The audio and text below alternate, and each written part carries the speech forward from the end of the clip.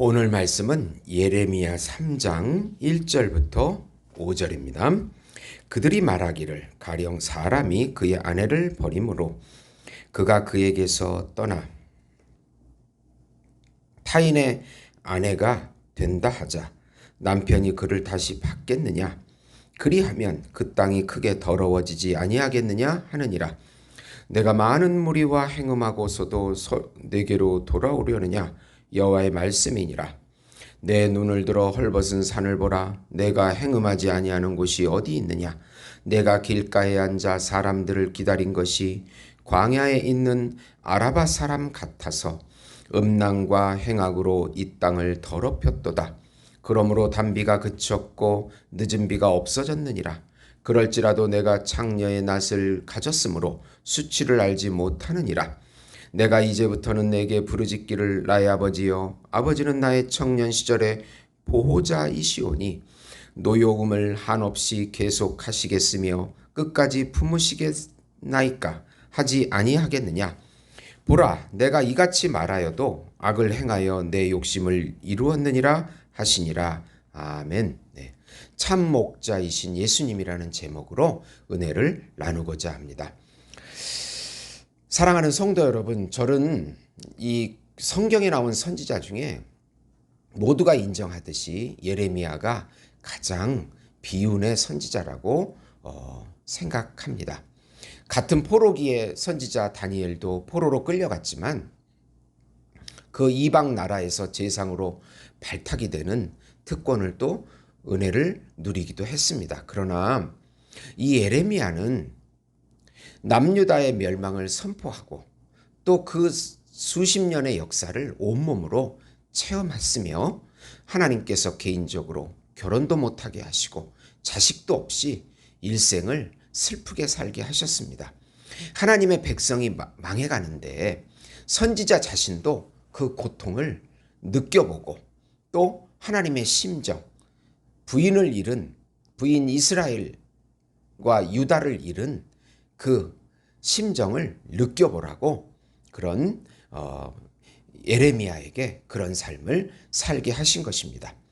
왜 남유다는 하나님의 택한 백성인데도 망해야 하고 70년간 이방 나라에서 노예 생활을 하는 심판을 받게 된 이유가 무엇입니까?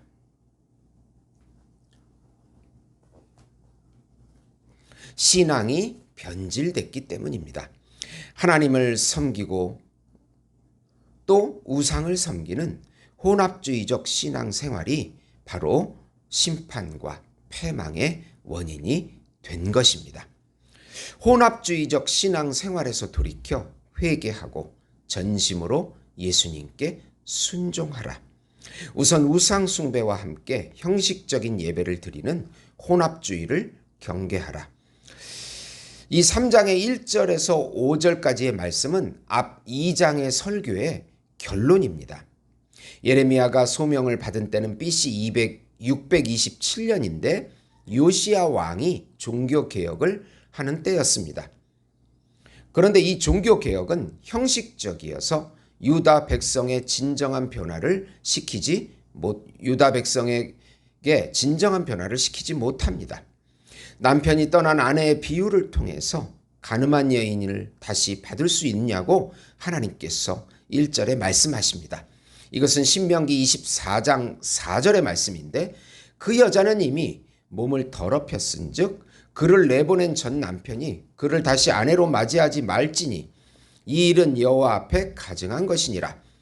너는 내 하나님 여호와께서 내게 기업으로 주시는 땅을 범죄하게 하지 말지니라. 온갖 숲에서 우상을 숭배하는 모습을 아랍 대상을 약탈하려고 숲에 숨어있는 도둑과 같다고 그런 비유를 하십니다. 그러면서도 수치를 알지 못하고 전혀 깨닫지 못합니다. 겉으로는 하나님을 찾으면서 속으로는 자신의 욕심을 따라가는 삶을 지적합니다. 참된 회개가 없고 행동에 진정한 변화가 없는 형식적인 예배는 오히려 하나님의 심판을 더욱 불러오게 됩니다. 돈도 섬기고 하나님도 섬기고 세상을 섬기고 하나님도 섬기는 이중적인 신앙 태도인 것입니다. 탐심은 우상숭배라고, 속에 있는 탐심조차도 우상숭배라고 사도 바울은 말하고 있습니다. 겉으로는 하나님을 섬겨도 속으로는 우상을 숭배하는 혼합주의적인 신앙생활을 말합니다. 두 번째로 혼합주의적 우상숭배의 결과를 알기에 함께 따라가지 마라. 오늘 말씀부터 예레미야의 이제 두 번째 설교의 부분입니다. 남유다는 북이스라엘의 심판을 보고도 영적으로 깨닫지 못합니다. 유다는 므낫세 왕과 아몬 왕 때 극악한 우상 숭배를 계속합니다. 요시야 왕 때 종교 개혁을 일으켰지만 참된 회개와 행동의 변화가 없는 형식적인 것이었다고 10절에 말씀하고 있습니다. 결국 유다도 우상 숭배의 길을 따라갑니다.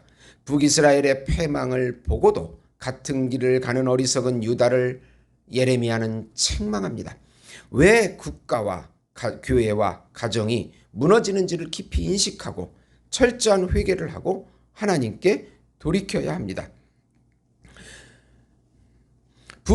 성경에 나온 북이스라엘과 남유다의 멸망을 보고서 우리도 철저히 깨닫고 돌이켜 회개해서 전심으로 하나님만을 경외하는 신앙으로 돌이켜야 합니다. 유럽과 특히 영국이 영적으로 무너져서 점점 교회가 사라지는 그것을 바라보면서 우리나라도 그렇게 되지 않도록 철저하게 깨닫고 돌이켜서 예수님을 경배해야 우리나라도 가정도 교회도 살 수가 있는 것입니다. 타산지석이라고 남의 모델을 보고서 우리가 가야 될 길을 배우는 것은 아주 중요한 것입니다. 그래도 깨닫지 못하면 우리나라도 하나님의 심판의 대상이 될 수 있다는 것을 우리는 철저하게 말씀 속에서 깨달아야 하는 것입니다. 세 번째로 참 목자이신 예수님께 돌아올 때 회복시켜 주시는 약속을 굳게 믿으라. 예레미야는 진정한 회개를 촉구합니다. 그리고 하나님께서 참 목자를 보내주시겠다고 약속하십니다. 15절에 보시면 내가 또 내 마음에 합한 목자들을 너희에게 주리니 그들이 지식과 명철로 너희를 양육하리라. 완악한 마음을 돌이키게 할 목자를 주시겠다는 것입니다.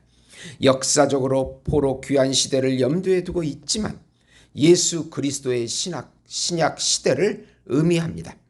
그 시대는 많은 사람이 메시아 예수님을 믿게 됩니다. 그리고 구약 시대의 언약궤를 다시 찾지 않습니다. 언약궤의 실체이신 예수님께서 오셨기 때문입니다. 예루살렘이 여호와의 보좌가 되어 여호와의 이름으로 하나님의 뜻에 순종하는 삶을 살게 될 것이라고 합니다. 영적으로 새 예루살렘인 교회를 중심으로 예수 이름을 부르는 새로운 시대를 의미합니다. 그러면서 예레미야는 진정한 회개를 촉구합니다. 그리고 회개하는 모습을 미리 보여줍니다. 여호와 하나님께서 참 하나님이십니다. 지금까지 범죄하고 여호와의 말씀에 순종하지 못했음을 회개합니다. 참된 회개는 고백과 함께 행동의 변화를 반드시 일으킵니다. 골로새서 3장 1절에서 5절 보시면 그러므로 너희가 그리스도와 함께 다시 살리심을 받았으면 위의 것을 찾으라. 거기는 그리스도께서 하나님 우편에 앉아 계시느니라. 위의 것을 생각하고 땅의 것을 생각하지 말라. 이는 너희가 죽었고 너희 생명이 그리스도와 함께 하나님 안에 감추어졌음이라. 우리 생명이신 그리스도께서 나타나실 그때에 그와 함께 영광 중에 나타나리라. 그러므로 땅에 있는 지체를 죽이라.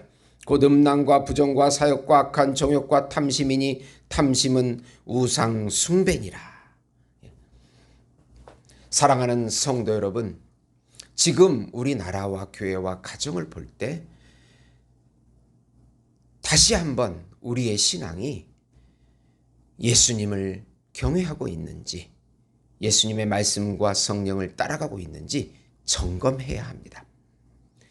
그리고 철저하게 내 신앙을 올바른 여호와의 경외하는 신앙으로 돌이킬 때 지금 불안한 국가, 가정, 교회에 대해서 하나님께서 은혜를 베푸실 것입니다. 그거 외에는 우리 나라와 교회와 가정을 살릴 길이 없습니다. 철저하게 겸손하게 신앙의 기본으로 돌아가셔서 하나님의 은혜를 누리시는 우리 예수목장교회 성도 여러분이 되시기를 예수님의 이름으로 축원드립니다. 하나님 아버지, 겸손하게 신앙의 기본으로 다시 돌아가게 해주시옵소서.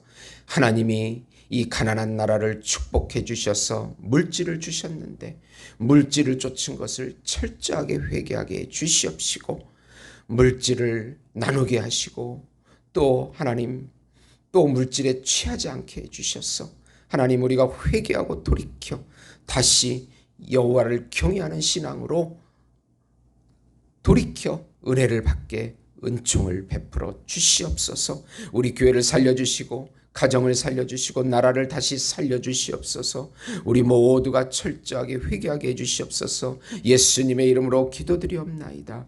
아멘.